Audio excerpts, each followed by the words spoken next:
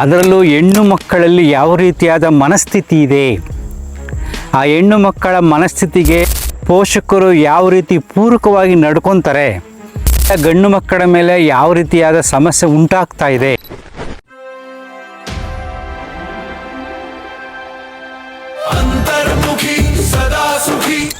ನಮಸ್ಕಾರ ಸ್ನೇಹಿತರೆ, ಇದು ನಮ್ಮ ಗದ್ದೆ, ರಾಗಿ ಗದ್ದೆ ನೋಡಿ ಎಷ್ಟು ಚೆನ್ನಾಗಿದೆ, ಅದ್ಭುತ.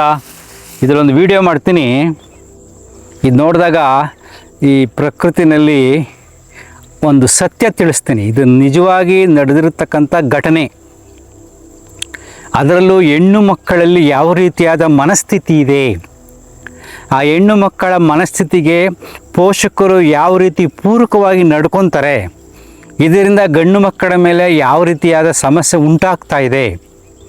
ಕೇವಲ 2 ಪದಗಳಿಂದ ಜೋಕ್ ಮಾಡಿದಂಥ ಪೊಲೀಸ್ ದಪೇದಾರ್, ಎಂಗೇಜ್ಮೆಂಟ್ ಆಗಿದ್ದದ್ದು ಮದುವೆ ಕ್ಯಾನ್ಸಲ್ ಆಯಿತು. ಆ ಕಥೆ ಹೇಳ್ತಾ ಇದ್ದೀನಿ ನೋಡಿ. ತುಂಬ ಕಷ್ಟಪಟ್ಟು ಹೆಣ್ಣು ಹುಡ್ಕಿದ್ರು, ದಪೇದಾರ್ ಅಂತ ಹೆಣ್ಣು ಕೊಡ್ತಾ ಇರಲಿಲ್ಲ ಪೊಲೀಸು.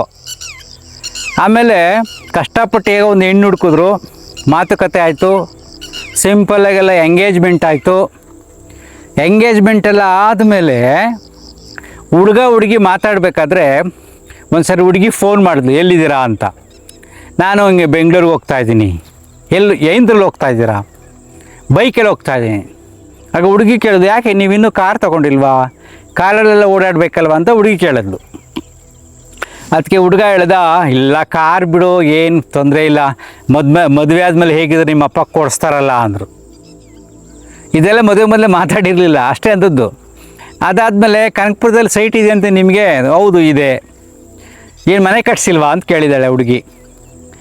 ಅದೇ ಕಟ್ಸೋಣ ಅಂತಿದ್ದೆ, ಏನೇನೋ ವ್ಯವಹಾರಗಳಿತ್ತು, ಈಗೇನು ಸಮಸ್ಯೆ ಇಲ್ಲ, ಮದುವೆ ಆದರೂ ನಿಮ್ಮ ಅಪ್ಪ ಕಟ್ಸ್ಕೊಡ್ತಾರೆ, ನನ್ನ ಮಗಳು ಚೆನ್ನಾಗಿರಲಿ ಅಂತ ಅಲ್ವಾ ಅಂತ ಹೇಳಿದ್ದಾನೆ.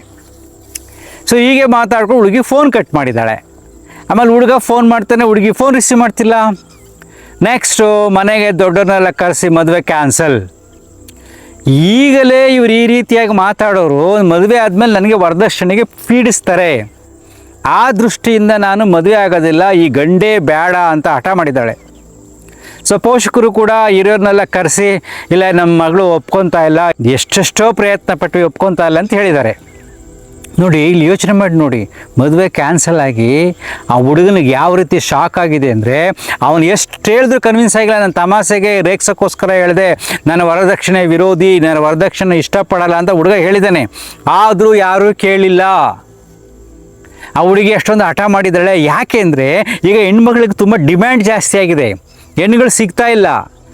ಇದೇ ಒಂದು ವೀಕ್ನೆಸ್ ಉಪಯೋಗಿಸ್ಕೊಂಡು ಈಗ ಹೆಣ್ಮಕ್ಳುಗಳು ಏನು ಮಾಡ್ತಾರೆ, ತುಂಬ ಕಂಡೀಷನ್ಸ್ ಆಗ್ತಾ ಇದ್ದಾರೆ. ನೀವು ಸ್ವಲ್ಪ ಗಮನಿಸಿ ನೋಡಿ. ಸಿಟಿಲಿ ಇರ್ತಾರೆ, ಹುಡುಗನ ನೋಡಿದ ತಕ್ಷಣ ಹಳ್ಳಿಗಳ ಕಡೆ ಆಸ್ತಿ ಇದೆಯಾ, ಎಷ್ಟು ಎಕರೆ ಇದೆ, ಏನಿದೆ ಅಂತ ಕೇಳ್ತಾರೆ. ಅವ್ರು ಯಾರು ಬಂದು ವ್ಯವಸಾಯ ಮಾಡಲ್ಲ. ಯಾಕೆ ಕೇಳ್ತಾರೆ ಅಂದರೆ, ಸ್ವಲ್ಪ ವಯಸ್ಸಾದ ಮೇಲೆ ಆ ಪ್ರಾಪರ್ಟಿನ ಮಾರ್ಕೊಂಡ್ರೆ ಕೋಟಿಗಟ್ಟಲೆ ದುಡ್ಡು ಬರುತ್ತೆ ಅಂತ. ಅವ್ನು ಬೆಂಗಳೂರಿಗೆ ಕೆಲಸದಲ್ಲಿದ್ದರೂ ಕೂಡ ಅವನು ಪ್ರಾಪರ್ಟಿ ಇದೆಯಾ ಅಂತ ಕೇಳ್ತಾರೆ. ಆ ರೀತಿ ಮನಸ್ಥಿತಿ ಹಳ್ಳಿ ಹೆಣ್ಮಕ್ಳಿಗೂ ಬಂದುಬಿಟ್ಟಿದೆ. ಸಿಟಿ ಹೆಣ್ಮಕ್ಳದ್ದು ಕಂಪಲ್ಸರಿ ಕಂಡೀಷನ್ಸ್ ಆಗ್ತಾರೆ. ಹೀಗೆ ಕೆಲವಾರು ವಿಚಾರಗಳನ್ನು ಸೂಕ್ಷ್ಮವಾಗಿ ಯೋಚಿಸಿ ನಿರ್ಧಾರ ತಗೊಳ್ತಕ್ಕಂಥ ಸಾಮರ್ಥ್ಯವನ್ನು ಪೋಷಕರು ಕಳ್ಕೊಂಡ್ಬಿಟ್ಟಿದ್ದಾರೆ, ಹೆಣ್ಮಕ್ಳು ಕಳ್ಕೊಂಡ್ಬಿಟ್ಟಿದ್ದಾರೆ, ತುಂಬ ಸೂಕ್ಷ್ಮ ಆಗಿಬಿಟ್ಟಿದ್ದಾರೆ. ಅಂಡ್ ಕೆಲವರಿಗೆ ಅಹಂ ಬಂದುಬಿಟ್ಟಿದೆ, ಈಗೋ ಮತ್ತು ಸೆನ್ಸಿಟಿವಿಟಿ ಎರಡೂ ಸೇರಿಕೊಂಡು ಈ ರೀತಿಯಾದ ಸಮಸ್ಯೆಗಳು ಬರ್ತಾ ಇದೆ. ತುಂಬ ಜನ ಡೈವರ್ಸ್ ಆಗೋದು ಇದೇ ಕಾರಣಕ್ಕೋಸ್ಕರ.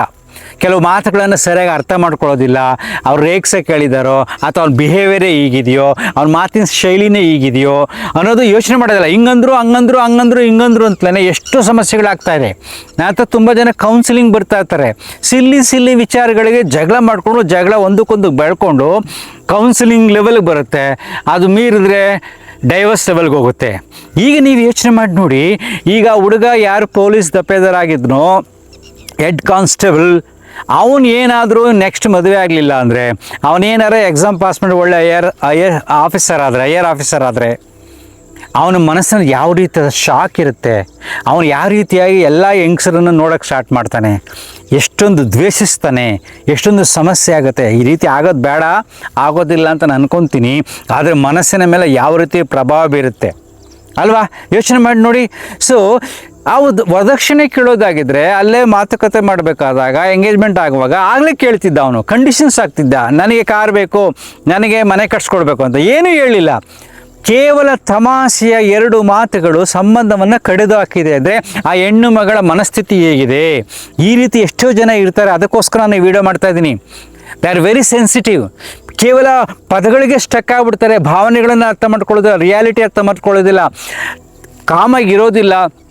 ಮುಖ್ಯವಾಗಿ ಅವರು ಸ್ವಲ್ಪ ಯೋಚನೆ ಮಾಡಿ, ಡಿಸ್ಕಸ್ ಮಾಡಿ, ಆಮೇಲೆ ನಿರ್ಧಾರಕ್ಕೆ ಬರಬೇಕು. ನಿರ್ಧಾರಕ್ಕೆ ಬಂದಾಗ ಮಾತ್ರ ಬದುಕು ಸೊಗಸಾಗಿರುತ್ತೆ ಅಂತ ನೋಡಿ. ರಾಗಿ ಗದ್ದಲ್ಲಿ ಕುಳಿತುಕೊಂಡು ನಾನು ಮಾತಾಡ್ತಾ ಇದ್ದೀನಿ. ದಯವಿಟ್ಟು ಈ ವಿಡಿಯೋ ನೋಡೋರು, ಯಾಕೆ ರಾಗಿ ಸುಂದರವಾದ ಪರಿಸರದಲ್ಲಿ ಮುಸ್ಸಂಜೆಯಲ್ಲಿ ಕುಳಿತುಕೊಂಡು ನಾನು ಮಾತಾಡ್ತಾ ಇದ್ದೀನಿ. ಕೆಲವು ಬೇಕಾಷ್ಟು ಅನುಭವ ಆಗಿದೆ ನನಗೆ, ಕೌನ್ಸಿಲಿಂಗ್ ಮಾಡಿ ನಾನು ನೋಡಿದ್ದೀನಿ. ಈಗಲೂ ಕೂಡ ಬೆಂಗಳೂರು ತುಂಬ ಜನ ಬರ್ತಾ ಇರ್ತಾರೆ. ಹೆಚ್ಚಿಗೆ ಸಮಸ್ಯೆಗಳು ಬರೋದು ಪದಗಳ ಅರ್ಥಗಳನ್ನು ಮಾಡಿಕೊಳ್ಳುವುದರಲ್ಲಿ. ಮನಸ್ಸು ಶಾಂತಿಯಿಂದ ಇರೋದಿಲ್ಲ, ಅದರಿಂದ ಸಮಸ್ಯೆಗಳು ಬರ್ತಾ ಇರುತ್ತೆ. ಇನ್ನೊಂದು ತುಂಬ ಮುಖ್ಯವಾಗಿ ಹೇಳ್ತೀನಿ, ಅಹಂನಲ್ಲಿ ಹೆಣ್ಣು ಮಕ್ಕಳ ಮನಸ್ಸು ಸ್ಟಕ್ ಆದರೆ, ಅಹಂಕಾರ ಬಂದರೆ ಖಂಡಿತ ಸಂಸಾರ ಚೆನ್ನಾಗಿರೋದಿಲ್ಲ. ನೆಕ್ಸ್ಟ್ ಏನಪ್ಪ, ನೀವು ಬರೀ ಹೆಣ್ಮಕ್ಳಿಗೆ ಹೇಳ್ತೀರಂತಲ್ಲ, ಗಂಡು ಮಕ್ಕಳು ಅಷ್ಟೇ. ಈಗ ಸ್ವಲ್ಪ ಗಂಡು ಮಕ್ಕಳು ಕಡಿಮೆ ಆಗಿದ್ದಾರೆ. ಅವರು ಕೂಡ ಕೆಲವಾದ ಮೌಢ್ಯಗಳಲ್ಲಿ ಬಂಧಿತರಾಗಿ ಅಪ್ಪ ಅಮ್ಮನ ಮಾತುಗಳೇ ಕೇಳ್ಕೊಂಡು, ಹಿಂದಿನ ಕಾಲದ ಮಾತುಗಳು ಕೇಳಿಕೊಂಡು, ನನಗೆ ಆಸ್ತಿ ಬೇಕು, ನನಗೆ ದುಡ್ಡು ಬೇಕು, ಅದು ಬೇಕು ಇದು ಬೇಕು ಅಂದರೆ ಹೆಣ್ಣೇ ಸಿಗೋದಿಲ್ಲ.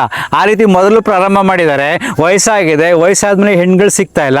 ಆ ರೀತಿಯಾದ ಸಮಸ್ಯೆಗಳು ಇದೆ. ಸೊ ಈಗಿನ ಕಾಲಘಟ್ಟದಲ್ಲಿ, ಈ ವೈಜ್ಞಾನಿಕ ಯುಗದಲ್ಲಿ ಸಾಮಾನ್ಯವಾಗಿ ಯೋಚನೆ ಮಾಡಿ ನೋಡಿ. ಕೊಡೋದು ಬಿಡೋದು ಸಹಜವಾಗಿ ಬರಬೇಕು, ತಗೋಬೇಡಿ ಅಂತ ಹೇಳೋದಿಲ್ಲ. ಕಾನೂನಲ್ಲಿ ಹೆಣ್ಣು ಗಂಡಿಗೆ ಸಮಾನವಾದ ಹಕ್ಕಿದೆ, ಆಸ್ತಿ ಭಾಗ ಇದೆ. ಇವೆಲ್ಲವೂ ತಿಳುವಳಿಕೆ ಇರಬೇಕಾದಾಗ ನೀವ್ಯಾಕೆ ಅದು ಕೊಡಿ ಇದು ಕೊಡಿ ಅಂತ ಕೇಳೋಕ್ಕೆ ಗಂಡು ಮಕ್ಕಳು ಹೋಗಬೇಡಿ. ಹೆಣ್ಮಕ್ಳು ಕೂಡ ನೀವು ಯಾವುದೇ ಕಂಡೀಷನ್ಸ್ ಹಾಕಕ್ಕೆ ಹೋಗಬೇಡಿ. ನಿಮ್ಮದೇ ಆದ ಮನಸ್ಸಿನ ಸ್ತರಗಳಲ್ಲಿ, ನಿಮ್ಮದೇ ಆದ ಆಲೋಚನೆಗಳಲ್ಲಿ ನೀವು ಕೂಡ ದುಡಿತಾ ಇದ್ದೀರಾ. ನೀವು ತುಂಬ ಸ್ಟ್ರಾಂಗ್ ಆಗಿದ್ದೀರಾ, ಯಾರು ವೀಕ್ ಅಲ್ಲ. ಹಿಂದಿನ ಕಾಲದಲ್ಲಿ ಹೇಳ್ತಾ ಇದ್ರು ಹೆಣ್ಣು ಅಂದರೆ ವೀಕು, ಅಬಲೆ ಅಂತ ಹೇಳ್ತಾ ಇದ್ರು. ಈಗಾಗಲ್ಲ, ಸಬಲೆ ಆಗಿದ್ದಾಳೆ, ಕಾನೂನಾತ್ಮಕವಾದ ರಕ್ಷಣೆ ಇದೆ, ಹೇಗೆ ಬೇಕಾದ್ರೂ ಬದುಕ್ಬೋದು. ಅದಕ್ಕೆ ಕೆಲವಾರು ವಿಚಾರಗಳಿಗೆ ಕಾಂಪ್ರಮೈಸ್ ಮಾಡ್ಕೊಳ್ಳಿ. ಅದು ತುಂಬ ಸೆಲೆಕ್ಟಿವ್ ಆಗಿರಬಾರ್ದು. ಇದು ಹಿಂಗೆ ಇರಬೇಕು ಅಂತ ಏನಲ್ಲ, ಎಲ್ಲವೂ ರೆಡಿಮೇಡ್ ಐಟಮ್ ಸಿಗೋದಿಲ್ಲ. ಜೀವನ ನಿರೂಪಿಸ್ಕೊಳ್ಳೋದು ತುಂಬ ಮುಖ್ಯ. ಇವೆಲ್ಲದಕ್ಕೂ ಬೇಸ್ ಗುಣ, ನಿಮ್ಮ ಮನಸ್ಥಿತಿ. ಮನಸ್ಸು ಎಷ್ಟು ಪ್ರೌಢತ್ವವಾಗಿದೆಯೋ, ಎಷ್ಟು ಶಾಂತವಾಗಿದೆಯೋ, ನಿಮ್ಮಲ್ಲಿ ಎಷ್ಟು ಜ್ಞಾನ ಇದೆಯೋ, ನಿಮ್ಮ ಸಂಸ್ಕಾರ ಅಂತ ಕರಿತೀವಲ್ಲ, ಸಂಸ್ಕಾರ ಅಂದರೆ ಸಮಸ್ಯೆಗಳನ್ನು ಸ್ವೀಕರಿಸಿ ಮನಸ್ಸನ್ನು ಸಮಾಧಾನವಾಗಿ ಇಟ್ಟುಕೊಳ್ಳುವುದು ಸಂಸ್ಕಾರ. ಯಾವುದೋ ಪೂಜೆ ಪುನಸ್ಕಾರ ಮಾಡಿಕೊಂಡು ದೇವಸ್ಥಾನ ಸುತ್ತಾಕೋದಲ್ಲ ಸಂಸ್ಕಾರ. ಮತ್ತು ಬಡವರಿಗೆ, ದೀನ ದಲಿತರನ್ನು ಕಂಡ್ರೆ ಕರುಣೆ ಬರಬೇಕು. ಮನೆಯಲ್ಲಿರ್ತಕ್ಕಂಥ ಹಿರಿಯವರನ್ನು ನೋಡಿದ್ರೆ ಕರುಣೆ ಬರಬೇಕು, ವಾತ್ಸಲ್ಯ ಉಕ್ಕಿ ಬರಬೇಕು, ಸೇವಾ ಮನೋಭಾವ ಇರಬೇಕು. ಗಂಡ ಹೆಂಡತಿ ಎಲ್ಲರಿಗೊಂದು ಸಮಸ್ಯೆಗಳು ಪ್ರಕೃತಿಯಲ್ಲಿ ಸಹಜ ಅನ್ನತಕ್ಕಂಥ ಅರಿವಿರಬೇಕು. ಸಮಸ್ಯೆ ಇಲ್ಲದ ಸೃಷ್ಟಿಯೇ ಇಲ್ಲ. ಈ ಥರದ ತಿಳುವಳಿಕೆ ನಿಮಗಿದ್ದಾಗ ಎಲ್ಲರಲ್ಲೂ ಸಮಸ್ಯೆಗಳು ಬರುತ್ತೆ. ಗಂಡಲ್ಲೂ ಸಮಸ್ಯೆ ಬರುತ್ತೆ, ಹೆಣ್ಣಲ್ಲೂ ಸಮಸ್ಯೆ ಬರುತ್ತೆ, ಅಪ್ಪ ಅಮ್ಮನ ಸಮಸ್ಯೆ ಬರುತ್ತೆ, ಅತ್ತೆ ಮಾವನ ಸಮಸ್ಯೆ ಬರುತ್ತೆ. ಆ ಸಮಸ್ಯೆಗಳನ್ನು ಸ್ವೀಕರಿಸಿ ಎದುರಿಸಿ ಅಲ್ಲಿ ಶಾಂತಿಯನ್ನು ಪಡೆಯುವ ಕಲೆಯನ್ನು ಕಲಿತವಳು ಸಂಸ್ಕಾರವಂತ ಹೆಣ್ಣು, ಸಂಸ್ಕಾರವಂತ ಗಂಡು. ಅರ್ಥ ಆಯ್ತಾ?